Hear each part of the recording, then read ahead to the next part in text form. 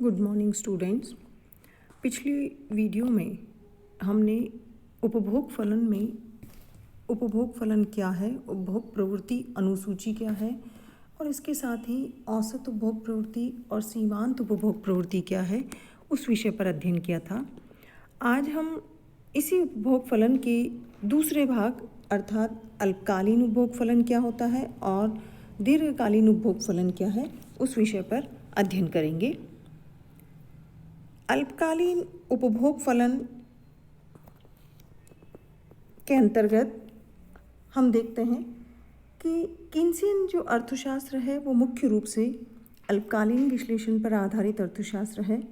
अतः अल्पकाल में उपभोग फलन का जो समीकरण है वो है C = A + BY के रूप में हम उसे बता सकते हैं।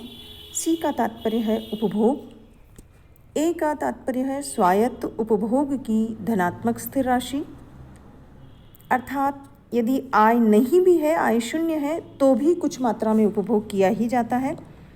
BY का तात्पर्य है जो प्रेरित उपभोग का सूचक है, जो हमारी आय के उस स्थिर अनुपात पर निर्भर करता है जो उपभोग पर खर्च किया जाता है। हम इस रेखाचित्र में देख सकते हैं कि जो ये एक रेखीय उपभोग फलन है, अर्थात जो CC = A + BY जो लंबवत एक्सिस को शून्य से ऊपर धनात्मक स्तर तथा जिसको हम 0 OC जो हम देख रहे हैं उस धनात्मक स्तर से शुरू होता है, जिसमें उस औसत उपभोग प्रवृत्ति हमारी गिरती हुई है, जबकि हमारी जो सीमांत उपभोग प्रवृत्ति है वो स्थिर रहती है। किंतु जो औसत उपभोग प्रवृत्ति है वो सीमांत उपभोग प्रवृत्ति अर्थात से अधिक होती है, अर्थात APC > MPC देखा जाता है।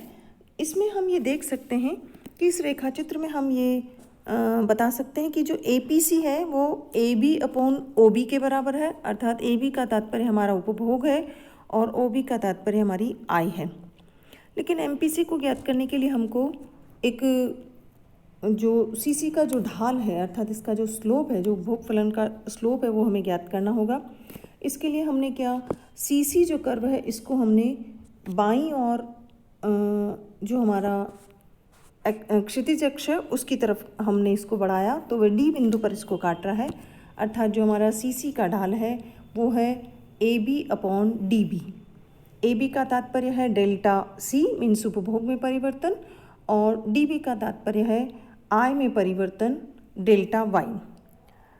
अब हम इसको देखकर ये बता सकते हैं कि जो AB/OB है वो ज़्यादा है AB/DB की तुलना में, क्योंकि हम देख रहे हैं कि जो OB DB की तुलना में OB कम है, अर्थात यदि हम देखेंगे तो AB/OB > AB/DB, जिसको हम ये बता सकते हैं कि इस चित्र में हम ये बता सकते हैं कि APC > MPC है।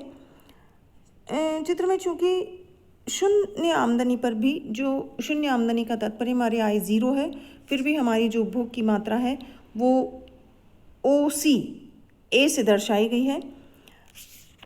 इस रेखाचित्र में हमारी APC गिर रही है लेकिन फिर भी वह धनात्मक है और MPC से ज़्यादा है, लेकिन MPC हमारी यहाँ पर स्थिर रहती है। अब हम देखते हैं हमारा दीर्घकालीन उपभोग फलन। दीर्घकालीन उपभोग फलन के अंतर्गत हम ये देख सकते हैं कि जो हमारा फलन है, दीर्घकालीन उपभोग फलन को हम C = BY के रूप में व्यक्त करते हैं, जिसमें हम C = कुल उपभोग है और BY का तात्पर्य हमारा जो प्रेरित उपभोग है ये उसको बता रहा है, और जो हमारे राष्ट्रीय आय के उस स्थिर अनुपात पर निर्भर है जो हम उपभोग पर व्यय करते हैं।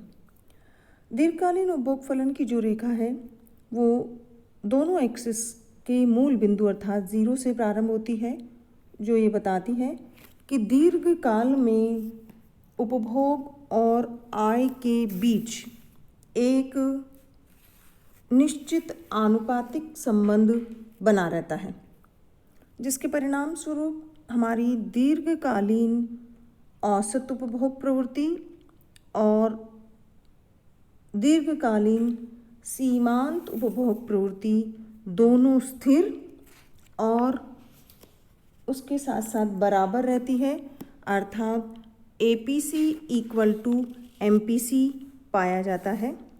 जो हमारी दीर्घकालीन जो उपभोग की सीमांत प्रवृत्ति है वो 1 से कम होती है, क्योंकि हमारी जितनी आमदनी होती है उसको हम उपभोग पर व्यय नहीं करते हैं।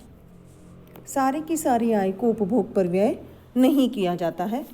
अब हम देखते हैं कि जो हमारी औसत और हमारी जो औसत और सीमांत उपभोग प्रवृत्ति है, इनके बीच में क्या संबंध पाया जाता है। इनके बीच में जो घनिष्ठ संबंध है, जो हमारा पहला जो रेखा चित्र है, इस रेखीय उपभोग फलन के अंतर्गत जब हमारी आय शून्य आय है तब भी उपभोग हमारा धनात्मक है, अर्थात C = A + BY होने पर इस शून्य आय पर भी औसत उपभोग प्रवृत्ति अनंत और उसके बाद गिरती हुई होती है, लेकिन वह सीमांत उपभोग प्रवृत्ति से अधिक रहती है, अर्थात APC is greater than MPC। जबकि जो सीमांत उपभोग प्रवृत्ति है वो आय के सभी स्तरों पर अल्पकाल में स्थिर होती है, धनात्मक होती है, किंतु इकाई से कम अर्थात 0 से अधिक रहती है। दूसरा जो रेखा चित्र है वो ये बताता है, ये जो दीर्घकालीन में जब हमारा उपभोग फलन C = BY होता है तो हमारी औसत उपभोग प्रवृत्ति और सीमांत उपभोग प्रवृत्ति दोनों ही आय के सब स्तरों पर स्थिर रहती है और इसके साथ साथ औसत उपभोग प्रवृत्ति और सीमांत उपभोग प्रवृत्ति दोनों बराबर रहते हैं, अर्थात APC = MPC होती है, जिसमें एक उपभोग फलन मूल बिंदु से गुजरता है और एक सरल रेखा के रूप में होता है। तीसरा जो हम देख रहे हैं कि यदि हमारा उपभोग फलन मूल बिंदु के नीचे वर्टिकल एक्सिस को काटता हुआ होता है, अर्थात वो लंबवत एक्सिस को काटता है, अर्थात जो हमारा उपभोग फलन है वो C = A + BY यदि है होने पर APC बढ़ती हुई होती है और जो सीमांत उपभोग प्रवृत्ति है वो स्थिर रहती है। आय के सभी स्तरों पर जो औसत उपभोग प्रवृत्ति है वो सीमांत उपभोग प्रवृत्ति से कम रहती है, अर्थात APC is less than MPC। अब हम ये बता सकते हैं कि कीन्स ने ये बताया था कि जो हमारे निर्धन राष्ट्र हैं, जो अल्प विकसित या विकासशील राष्ट्र हैं, उनमें MPC ऊंची पाई जाती है। इसका कारण यह है कि निर्धन राष्ट्रों या अल्प विकसित या विकासशील राष्ट्रों में लोगों की मूलभूत आवश्यकताएं पूरी नहीं होने से आय के बढ़ने से पहले ही वो क्या करते हैं, अपने उपभोग को बढ़ाने का प्रयास करते हैं। इसलिए आमदनी के बढ़ने पर उसका ज़्यादा भाग उपभोग में लगाया जाता है और कुछ बहुत कम भाग बचाने में लगाया जाता है।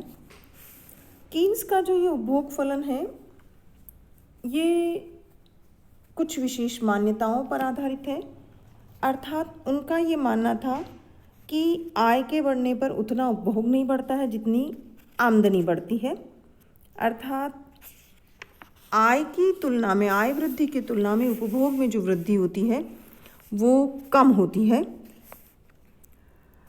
उनके अनुसार उपभोग केवल आमदनी पर निर्भर करता है,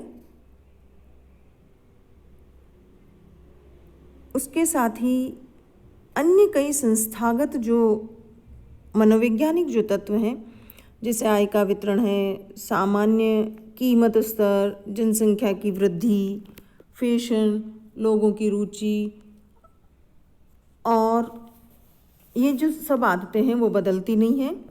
ये उन्होंने इनको अल्पकाल में स्थिर मान लिया। इसके साथ ही उन्होंने इस उपभोग फलन के पीछे एक दूसरी मान्यता भी ली कि ये सामान्य दशाओं में लागू होता है, अर्थात यदि कोई भी असामान्य दशा जैसे युद्ध, तीव्र मुद्रास्फीति, मंदी यदि कोई है तो फिर ये नियम ठीक से लागू नहीं होगा। और एक और मान्यता उन्होंने ली कि ये स्वतंत्र अर्थव्यवस्था या बहुत कुछ मिश्रित किस्म की अर्थव्यवस्था में ही लागू होता है, जहाँ पर सरकार का आर्थिक क्रियाओं में हस्तक्षेप कम पाया जाता है। इस प्रकार इन सिद्धांतों, इन मान्यताओं को लेकर उन्होंने अपना नियम प्रतिपादित किया था। उपभोग फलन के पीछे उन्होंने ये कुछ मान्यताएं मानी थी। अब हम अगले वीडियो में, अगले टॉपिक में हम ये देखेंगे कि उपभोग फलन को बहुत सारी चीज़ें प्रभावित करती है। उसमें कुछ व्यक्तिपरक तत्व भी हैं और कुछ वस्तुपरक फैक्टर्स भी हैं। उनको हम अगले वीडियोज़ में देखेंगे। धन्यवाद।